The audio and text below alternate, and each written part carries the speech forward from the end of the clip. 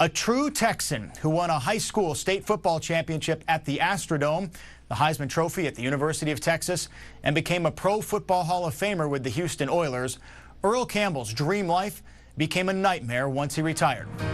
Ahead, he'll examine his descent into depression and the two young men who helped plant the seeds of his redemption. I began our conversation by asking Earl about his childhood in the rose capital of the world, Tyler, Texas. You know, growing up as a kid, I had 6 brothers and 4 sisters, and I'm number 7 in the family, age-wise, and unfortunately, my father, when I was in the 5th grade, died of a heart attack. So I knew I was, out of all the kids in my family, I'd say I was the one that my father let hang out with him the most. So I was very close to him. Our family grew up in I grew up in the rose business. I can remember when a dozen of roses cost like 50 cents a dozen. What do you remember about the day that he died? I remember that, I believe it was a Saturday morning, and my brother Alfred, who's a year older than I am, I was out in the front yard, and I never will forget this as long as I live. When we found out Dad died, we was out in the front yard, so Alfred said, "Hey, Earl, one thing about God, you know, he's not gonna put no more on us than we can bear." A few days later, my mom pulled us all together, you know, because she got all these big guys and 4 girls. So she says, "I'm gonna tell y'all something. If any of you kids ever get in trouble, I'm not gonna pay the white man a dime to get you out of jail. We're all gonna work in the rose business. We're gonna do what Dad had going, and we're gonna be a family." But my mother never had no trouble out of us like that, you know, till the day she died. Take me back to that first experience in organized football. What position did you play? I kind of played running back and linebacker at the same time, and I wanted to be a linebacker so bad. So, because that was the guys that really tackle, you know, and 5th grade, this guy said we played flag football and gave you this little belt, and each guy, well, I've always been bigger than most guys back then. And when I would get that flag, I was you know, you had to throw a bone in there or something, so I wasn't very good at it. When do you remember thinking to yourself, this can be something special for me, football can take me places? In the 8th grade at Dogan Junior High, I thought about it. I thought about that God had given me something very special. And when they integrated schools in Tyler, I was in the 9th grade. And I got bused like 25 miles from home. So at Moore Junior High, that's when I believed that God had given me something that he didn't give Johnny down the street.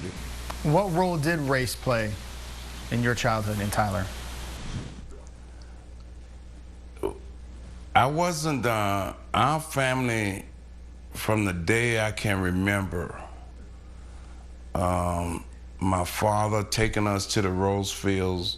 We worked for the white man, but I didn't know that it was a difference between black and white. When I left Tyler, I didn't understand how some of the grown-ups who was friends with the family, some of the people that cut my hair at the barber shop, I did not understand how they said that this guy, Darrell Royal, is a racist, and Earl Campbell, you will be back home soon, because you're gonna flunk out, I didn't understand that, you know, well, why did he come get me if he's a racist guy, if he don't like black people? Something got to be going on, and that floated around in my head for a long time. I never knew those words like N-words and that H-word. I wasn't raised that way. I was just raised as that I was just as good as everybody else. Our coaches didn't teach us that stuff. And I was coached by white coaches, I was coached by black coaches, but I knew our football team was different. Nobody came in that circle. Somebody did. Renee came in that circle. Oh, yeah. How did you meet Renee? Now, remember I told you I lived in the country, and I hit integration in the 9th grade. So I got bused. I skipped over all these schools to go to Moore Junior High. So the very first day of the 9th grade, and I mean, I can remember it like yesterday, my right foot was about to hit the concrete. I had gotten off the bus, and my feet were just about to hit the concrete, and I looked to my right. For some reason, I saw this girl, and she was looking right at me like we knew each other. And right then, I said, that's my girlfriend, that's my lady right there, and that's how we hooked up. All right, so take me now back to high school. You start having success. What is your lasting high school football memory? 1973, the little town Tyler, Texas is right on the verge, and you could feel, I was smart enough to even see it myself. It was right on the verge of the city of Tyler splitting between black and white. And the thing that kept it from doing that, John Tyler kept winning. That Saturday night we played the school for the state championship, Austin Reagan. We played them in the Astrodome. And of course we won the game. And I guess we might have been like 20, 25 miles from Tyler. We was all having fun on the bus and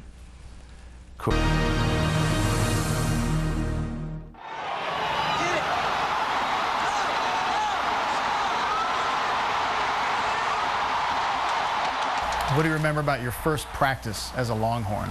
Everybody was looking at me. We got to practicing, and they was like the first team go here, this team go there, and I was on the third team, and I said, I want to be on that first team. I knew enough that the first team was the action, and that's what I worked myself to be. How long did it take you to get on that first team? Think about it. 2 or 3 weeks. That's it? Yes. On one, everybody down, on one. Punch! There you go, Earl, that's it. All right. Okay, all right. What was it like academically for you at college? Over in the School of Communication. The first day of school, the lady goes and says she wants everybody that name ends in alphabet C, that they're gonna have to stand up and do about a 3-minute little speech on something. I got up there and I did the best I could to how to be a fullback. And after, for some reason, that lady said, everybody can dismiss now, but Earl, I want you to stay. And she asked me, was I really serious about this class, or was I doing it for just the heck of it? And I said, I'm very serious. She says, okay, I'm gonna teach you how to talk in front of people. But when you talk to an audience, you really don't have to look at people in the eye. You look at the top of everybody's head and you move your head left to right, and that's how I ended up majoring in speech communication.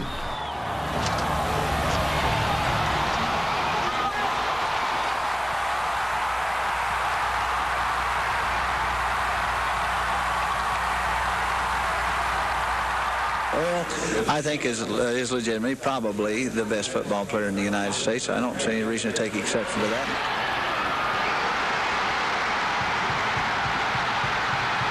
I think he's the greatest running back in America today in the college ranks. I think that he's deserving of the Heisman Trophy, and I certainly hope he gets it. Heisman Trophy, and it goes to Earl Campbell of the University of Texas.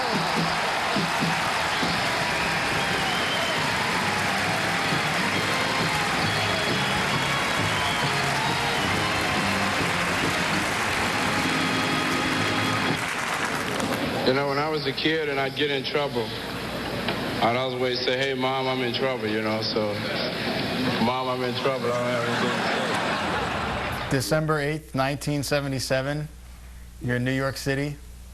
And what do you remember about winning the Heisman Trophy? This is the first and only year they had the Heisman like the Academy Awards.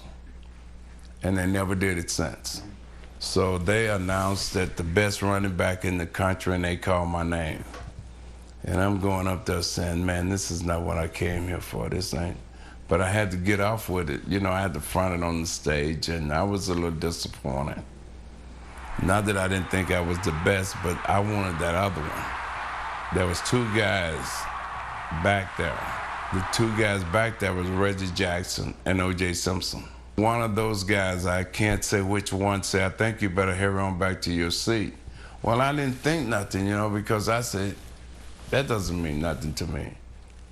Those were the two people that presented me the Heisman Trophy. Reggie Jackson, O.J. Simpson. And what's going through your mind? Here you are, you know, you start in 5th grade, you play in Tyler at the University of Texas, and now you're declared the Heisman Trophy winner. What was that moment like for you? Standing up there in New York that night, I wasn't really overwhelmed about it. Really hit me after I got back to the hotel and got in the room. It was a guy that Coach Royer had run around with him named Louis Murillo. Louis lived in a house like I grew up in Tyler, didn't have a thermostat over there on the wall like the Dome. So when I wanted to feel like I was in Tyler, I hung out with Louis. The Heisman was on the dresser, and we was in the bed. And I was saying, Louis, can you believe I won the Heisman Trophy, man? We won the Heisman Trophy. And we talked about it and talked about it so much we both just fell asleep with our tuxedos on. I feel like he's the best running back I've seen get out of college in a long time. And then you get to your first camp, and as a Heisman Trophy winner, I assume there was a good amount of hazing. Oh, yeah. Tell me about that.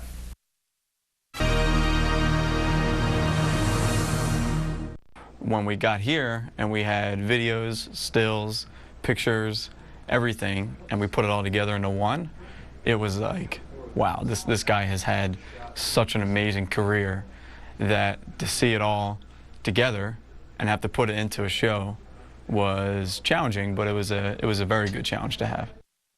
As of now, we've made a trade with the Tampa Bay Buccaneers. In May 1978 is draft day in the National Football League, and the Tampa Bay Buccaneers have the #1 pick, and they trade it to, of all teams, the Houston Oilers.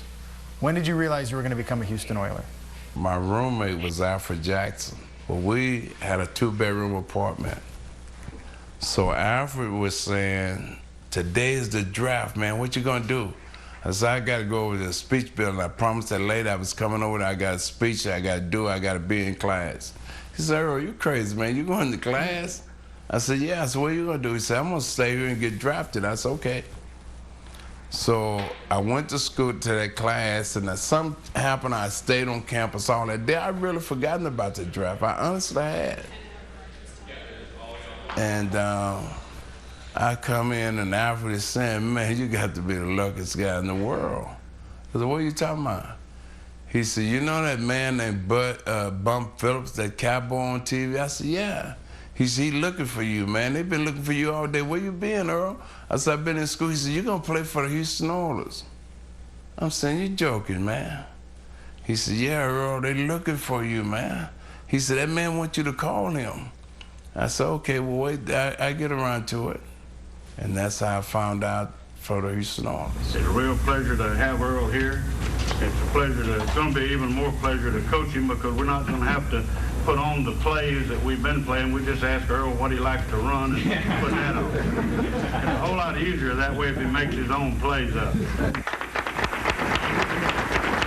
I'd like to say hello, and it's a pleasure to be here in Houston. You get to your first camp, and as a Heisman Trophy winner, I assume there was a good amount of hazing. Oh, yeah. Tell me about that. I think I got away with it for about the first 4 or 5 days. I just kind of seen them messing with everybody else, and I just kept thinking, when is it going to come my turn? I said, they ain't going to mess with me. It ain't like they say. He said, how about that old rookie over there? Our Heisman Trophy winner. And then Pastor Rennie said, yeah, get on up there, Mr. Campbell. Get on up there, Earl Campbell. Sing. and I had to stand on this chair, but the only thing, I love country music even to this day, and Willie Nelson that came out with Mama Don't Let Your Babies Grow Up to Be Cowboys, and I tried my best. What did it sound like? Some of them booed, and then they start throwing cornbread. I'm saying, oh, man. 41, set, hut, hut. His composure is just that of a 7-year vet, you know. How does he react to criticism? Well, I don't know, because I haven't had a chance to criticize him yet, so... No, nothing to criticize yet. Earl, keep one thing in mind. When a quarterback comes back, it's a much easier handoff on our draw on this side, okay? And you were number 20 in high school and college. Why were you number 34 with the Oilers? Baum was talking to me, and he said, somebody got number 20, he said, but you want the jersey, we'll get it. That was a guy named Bill Currier, and I think it was between $5,000 and $10,000. So my comeback to Bum was, a jersey don't get you into the end zone. So he said, here, and that's how I got 34. If he would have thrown 44, I probably would have got it. I just knew one thing. I wasn't going to give Bill Currier, you know, $5,000 or $10,000 for no jersey. Flow! Flow! That's right, Dave. Tell me about your first play in the National Football League. I believe we was playing the Atlanta Falcons. I couldn't do it in practice. I couldn't run down the straight line and not let my feet when I turn around. My teammates felt like up until that point, some of the defensive guys told me this, that they wasn't real sure because what had been happening in practice, me falling down, not being able to back up and do the things right, and that I didn't act like I cured, but when they gave me that ball in them games, that particular game, the very first game that it counted, that's when they say they saw. This one guy says, that's when everybody on the team said, man, you see that? Can you believe that guy did that? And I remember that when I got the ball in my hands, I turned to my right, and all I could see was a few guys, so I just figured put an arm out there on a couple of them, and down the sideline I go, and I just think that's how it all happened. If you proved it that day to your teammates, it would appear that you proved it to the nation. Monday Night Football, it looks week 11. I see you smiling. What do you remember about that game? I was always worried. I wondered if my mom, my brothers and sisters watching, and I knew that everybody watched Monday Night Football. My fullback, Tim Wilson, I do remember in the huddle, Carl Mike saying, hey, rookie, don't fumble the football, Earl, we just only need a first down. I remember Leon Gray saying, Mark, shut up. Pastor Rennie said, I'm trying to call a play. Tim Wilson is saying, hey, just follow me. Everybody's going to the line of scrimmage. I do remember this, and I'm still bent over in the huddle. I did know it was going to be a pitch play. I did know that Tim Wilson said he was going to try to hook that guy. And he came upfield, and Tim got a piece of him, and I jumped around, and I did not know that run was going to be the one that made the decision whether Earl Campbell should be mentioned with the Jim Browns, the Walter Paytons, that big of a difference. A lot of people say that if he hadn't run you the ball so many times, you wouldn't have had some of the health problems that you did. What do you think? Well, you lead the league in rushing, rookie year, second year, and both seasons in Pittsburgh in the AFC Championship. What was it like to taste that? You're on the step of a Super Bowl, be that close, and not be able to get there.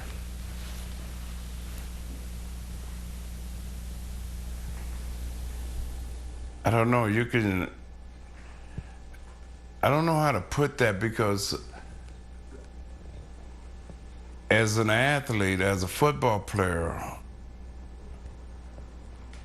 There are only a few things important to you, and that's one of them, winning a Super Bowl. It makes you feel like being the MVP in '78, leading the league in '78, being on the Pro Bowl team in '78, all this, what did I leave out that I couldn't have got that to this one? I couldn't have got to that Super Bowl. And 1980 then is a magical season for you in the regular season. Yes. You go for almost 2,000 yards. You are the pinnacle of the National Football League. What do you remember about 1980? The most unfortunate thing happened to me was I pulled a groin. And I wanted that 2,000 yards so bad because the only guy had done that was O.J. Simpson.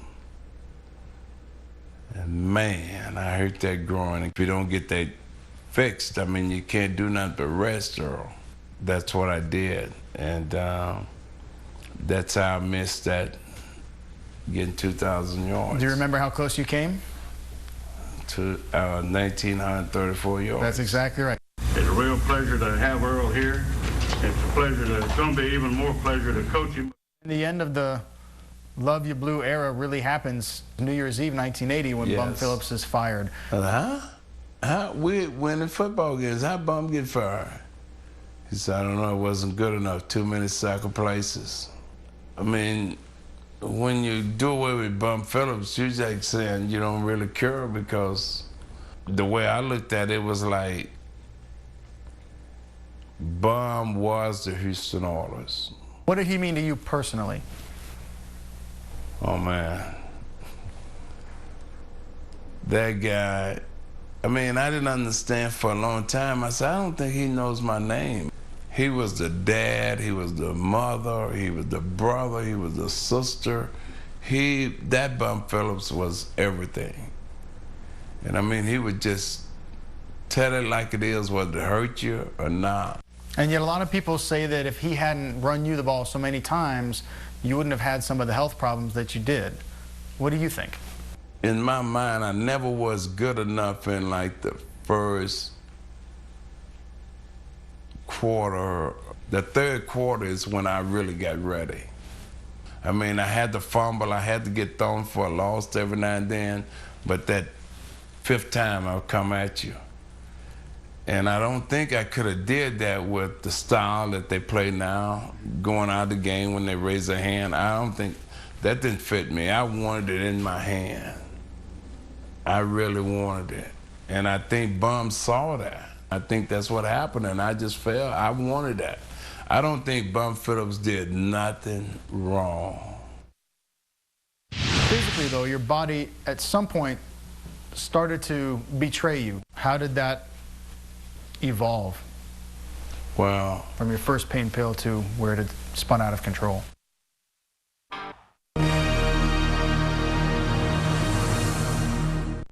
I think the issues that he had with the drugs and alcohol, I mean, I wasn't aware of that.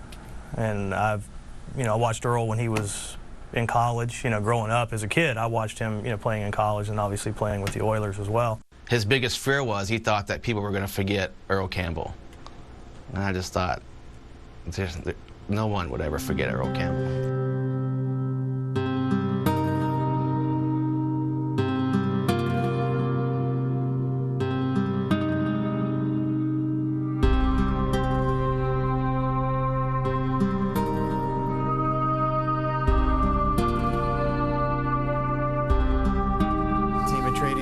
Saints, 1985, it's November 24th, you're in Minnesota.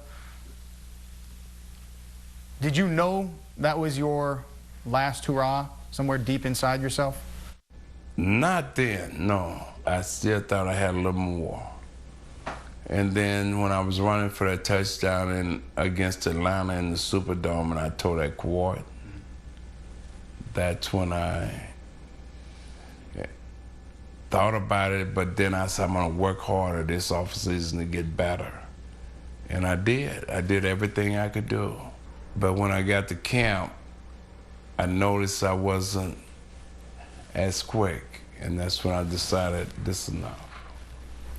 Not long after, 1991, you're inducted into the Pro Football Hall of Fame.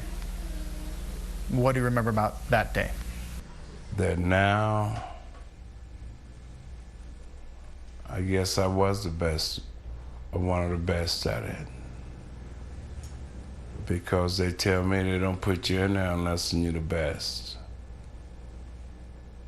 And all the things I did from elementary school, all that, and I I dreamed so much just sitting there thinking at Texas and all the hard work, and this is what it's all about.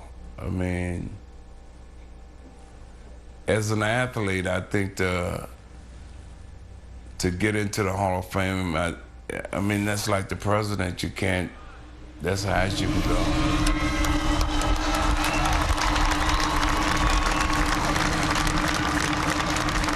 What was life like for you after you retired?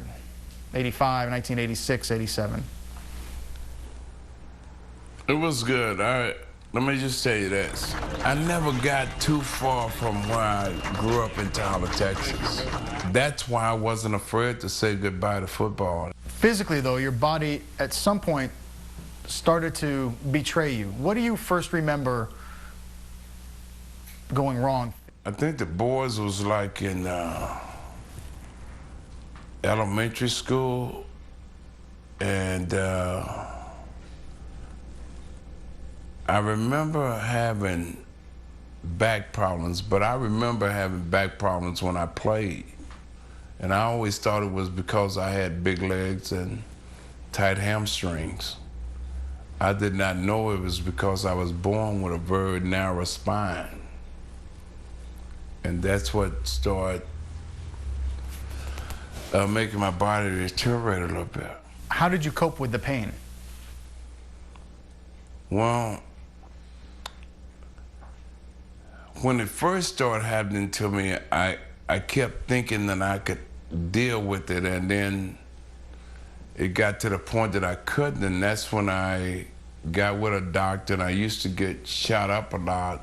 I would get shot up in the back a lot when I was here, after I quit football here in Austin. And then I got a hold to some pain pills, and that wasn't good. How did that evolve? Well, from your first pain pill to where it spun out of control? The doctor did tell me to take water with this. And I wasn't a very, I could drink beer pretty good. Every now and then a shot's a killer, you know, you're with your friends, and so I would be out sometimes, or I'd be in the office and it would start paining me, so I'd just reach and get a beer and take it. And I think it went on for about 5, 6 years maybe. My wife tried to do something about it. And she was trying to tell my family about it. But then that one day, when it was 2 young men that I thought had no business at the house, why was they here in the middle of the week? When they got involved, that's what let Dad know something was different about Dad. How bad had it become? How much had you been using? The most fascinating part about this whole process for me was really learning about this father-son dynamic that played throughout Earl's life. His father dies when he's 11. He immediately turns to football and continues to find father figures in the sport. And then when his life is really at its lowest point, that's when he turns to the most surprising people of all to help turn his life around. It was just very interesting to see that drugs and alcohol don't care how many touchdowns you scored, how many stats you have, and how many championships you've won or trophies you've won. It affects him the same way it affects everybody else. I didn't know that he had those type of problems, and I thought that was very interesting and somewhat emotional as well when he talked about his family, his kids specifically. The one thing that changed Earl's life today was his kids told him that he had to change his lifestyle. How bad had it become? How much had you been using pills and alcohol? I think I wouldn't want to say it was a 12-pack of Budweiser every day. But I say it was 4 or 5 beers every day, and whenever I felt like pain, I'd take 2 or 3 pain pills or something like that. And what did your sons say to you that turned it around?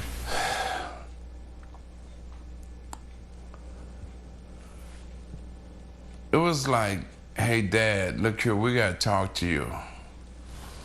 Christian said, Tyler said, Christian, you tell him. Christian said, no, Tyler, go ahead. Christian, go and tell him. So I said, yeah, what y'all want? What you talking about? I mean, what's going on with you? You had no idea? No, I thought they was going to be talking about they was getting married or pregnancy. They're going to have a girl. What's going on with y'all? You know, I had no idea they even knew.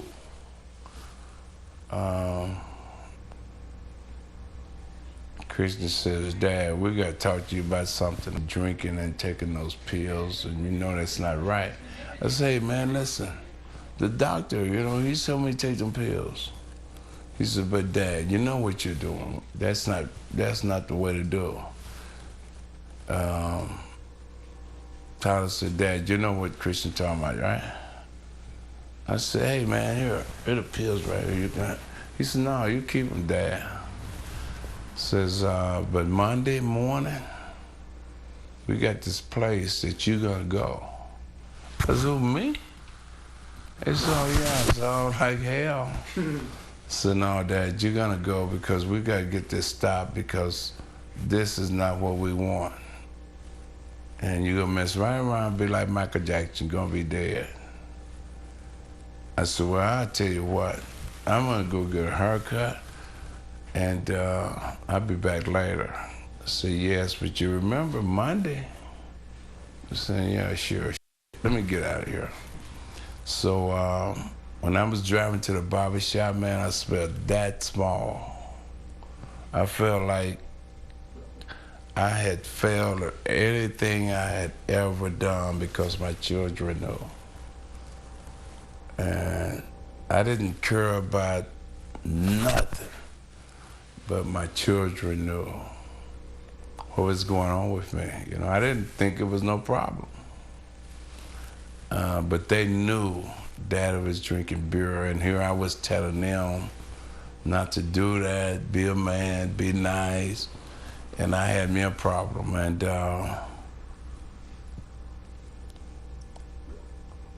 when I looked at myself in the mirror going to the barber shop in the rearview mirror, I said, man, I can't believe I did that. I don't stand for nothing. I'm a failure. I messed up. Then I say I'm just not good. And Monday rolls around. I got to the rehab center in South Austin, and the lady is talking to me, and I was like, hell, you gonna take my telephone? I got to have a telephone. I got to run the business. You're not only gonna have no telephone, you're not gonna have your mouthwash. I say, hey, man, what the hell you think this is? Tyler says, Dad, you should be shaming yourself for acting like that. I said, okay. Take what you want, man. The hell with it. Just tell me where I gotta go. One night after going to these little sessions about my group, which was like 10 or 15 people, I was in that meeting and I heard them talking, and I was participating in there, and that's when I figured I got a problem. And I went back to my room and I asked God to forgive me, to take that Budweiser and the hydrocodone away from me. And I still have to take medication. I just don't take medication and drink. I go to AA meetings, I participate, I talk about it publicly, and I'm not ashamed of it, and I try to let people know. When you made that decision to change your life around, when was the next time you saw Christian and Tyler? About 2 days later, and they're coming to the rehab place to visit me, right? So one day in there, Tyler said, "Yeah, Dad." I mean, they're happy. They're like nothing has changed, you know, and I'm feeling embarrassed to even look at him. He says, "Dad, what's really amazing about this? You think you've helped some people before. Now you're really gonna start helping people. People really gonna like you now." And I'm saying, what the heck are you talking about, son? But he knew what he was talking about, and he was right. Where do your sons get off teaching you all these lessons? No matter what you do, how you think you're doing it, how slick you think you're doing it, as a kid, they see everything the parent do. You can't hide nothing. If your father were alive today, what would you ask him?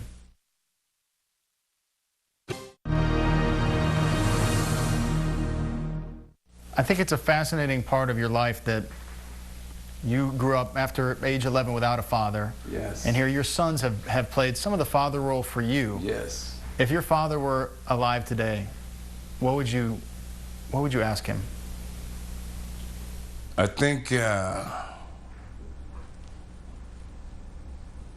does it feel to be Earl Campbell's dad? What do you think he would say? Damn proud. I think that I related a lot to this in my brain. Michael Jordan and his dad, remember those shots? I believe that would be me and my dad. And in the end, what did football provide you? I'm a big believer in Jesus Christ. I believe that everything I have in life, I've been blessed to be to use and be around. I owe it to him.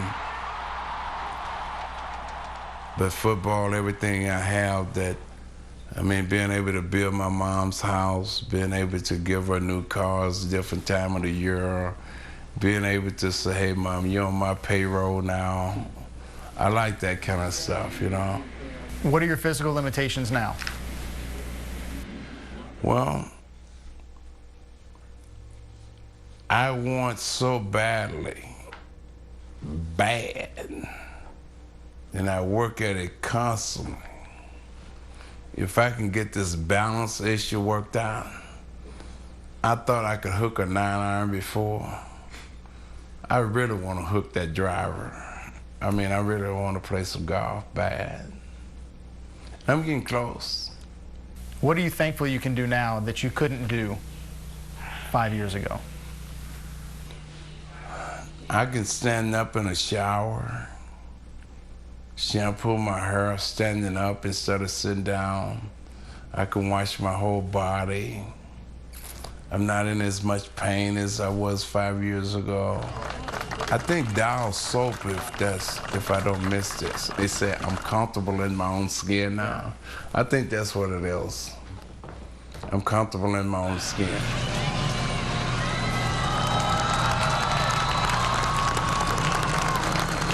So now I want to finish with something we're going to call Last Stand. I'll throw a bunch of questions your way. You tell me the first thing that pops into your mind. Name a sporting event you've never attended that you'd like to see in person. A Super Bowl. You've never been to one? No. What was the most nerve-wracking moment of your life? Childhood, high school, college, or an adult? When I saw Christian, I cried. I went home and I cried all by myself. Who is your most famous fan? Jim Brown. What does he say about Earl Campbell? We've had a chance to be together, and he says to me, and a lot of running backs was there, man, I couldn't believe this man said this. and it was in Cleveland. It was, I mean, everybody, Marcus Allen, Eric Dickerson, Barry Sanders, and Jim made the statement, it's me first, Earl second, everybody else get in line. And man, I couldn't believe that. What's your favorite film, Earl Campbell?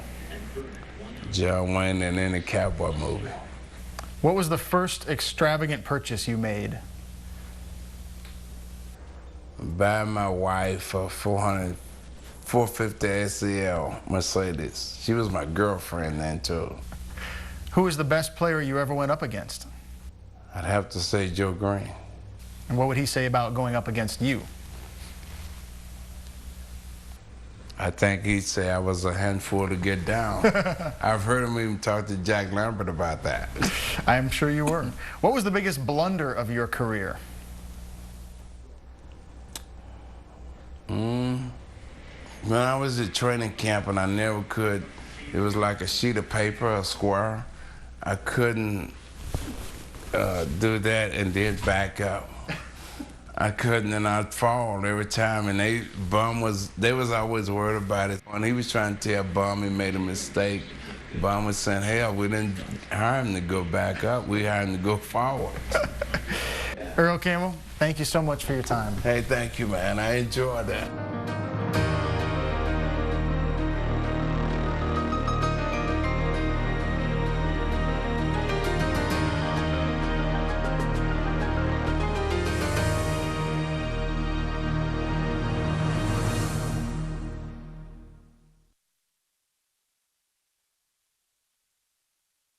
Coach Nelson stood up on the bus and he said, you know, I would like to ask the captains, and I was one of the captains, if y'all would like to, the city of Tyler wants us to come downtown to the pep rally on the bus and all that. I looked out there, I saw black people and everybody, white people, everybody having so much fun. And that's what killed the racism in Tyler, Texas, was our football team in 1973.